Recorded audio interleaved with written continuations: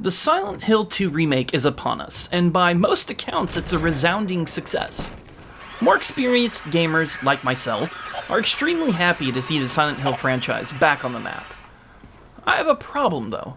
Until very recently I could never finish a horror game. The notion that something unseen could jump out and scare me gives me terrible anxiety. Grotesque creatures and malevolent spirits don't bother me at all. It's not knowing what's there, maybe right next to me, that makes me want to nope the fuck out of wherever I am. Yeah, I don't do great with haunted houses either. A few months back, I decided to try and figure all of this out. I challenged myself to finish a few horror games that I wanted to play, because come on, Resident Evil 4 Remake and the Dead Space Remake both look great. And I did. With advice from some friendly people on Reddit, I managed to get through both games and had a great time. At a slow pace. The early previews of Silent Hill 2 lured me in. The game looks fantastic, and I'm a sucker for a good mystery. I remember my roommate playing the original back in 2001, and I was enthralled with it. I haven't tackled another horror game since Dead Space, so I decided to get back to it. I watched the last few minutes of the countdown on my PlayStation 5 until it released and dove right in when it hit 0. Right away, I was put on edge. We see James looking in the mirror, contemplating a letter he received from his wife, who died 3 years ago. She says that she is waiting for him in their special place in the small town of Silent Hill. It's eerily quiet. Once we get outside, it's time to grab the map from his car and hoof it down some stairs. Vehicle travel to Silent Hill is currently blocked, and of course, the only way to it is through an old, creepy-as-hell cemetery. One of the most memorable things about Silent Hill 2 is the fog. A heavy, dense fog covers everything in and around the town. You can't see very far in any direction. Once you make it through some fog, a dirt path and some trees and old gravestones, you run into somebody trying to read a name on one of them. She seems normal, just somebody looking for her mother. At first, it looks like she's just trying to find a grave.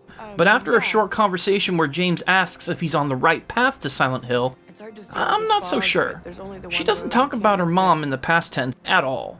It all felt off. She warns you not to go to Silent Hill, that something is wrong there, but doesn't elaborate at all. Well, dead wife's ghost trumps being scared of a weird town, so soon after we are off down the road through Silent Hill Ranch. This is where the uneasiness starts to really settle in. It's quiet, just quiet. There's not a soul around, despite everything looking like it's been recently lived in. There's a slight bit of decay to everything, like everybody just up and disappeared recently and left everything as it was. I'll admit, my heart starts racing the closer I get to the town proper. While some people seem to love that tension, I get really anxious. I have to remind myself that this is just a video game, that there's nothing in the darkness outside of my sliding glass door nearby. I'm sure you're curious why I would play horror games at all if it bothers me that much. At first, I just wanted to see if I could overcome my fears. I wanted to experience horror games that so many people loved so much. I hated the idea that this fear could stop me from enjoying a great video game. Once I reached a proper street, it becomes clear that the stranger's warning was well-founded. Something is definitely wrong with this place. Everything is abandoned. Businesses, homes, all empty. That decay I mentioned earlier touches everything from plants to flyers on the window.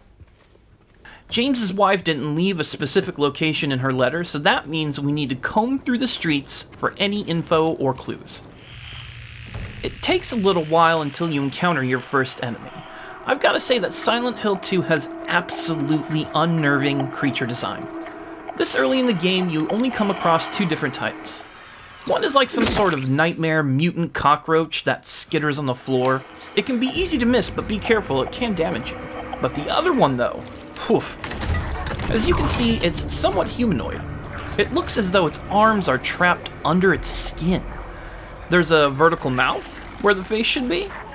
But don't let the slow, lumbering movement fool you. They get quick, fast, and can spit some sort of acid on you. I don't even want to imagine what that smells like. What really creeped me out was when I found one crawling on the ground, moving faster than when it was on its feet.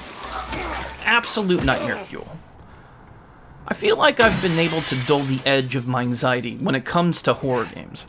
I'm already invested in the story of Silent Hill 2 and want to see it through to the end. When I do, I'll post a new video about my experience. So far, I'm having a great time. Do any of you experience this kind of anxiety with horror games? If you do, are you able to get through it? I personally want to experience everything gaming has to offer, so it was important to me to face this head on. If you're hearing this bit, it means that you made it to the end of the video.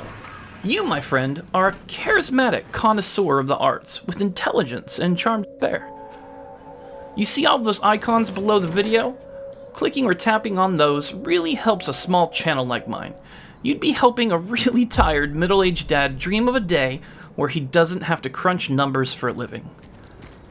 Do you know of any hidden gems you think are amazing and underappreciated? Or maybe a game you think people have forgotten?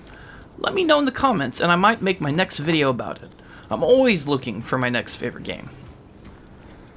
Take care of each other, gamers. I'll see you soon. Is it dangerous? Maybe.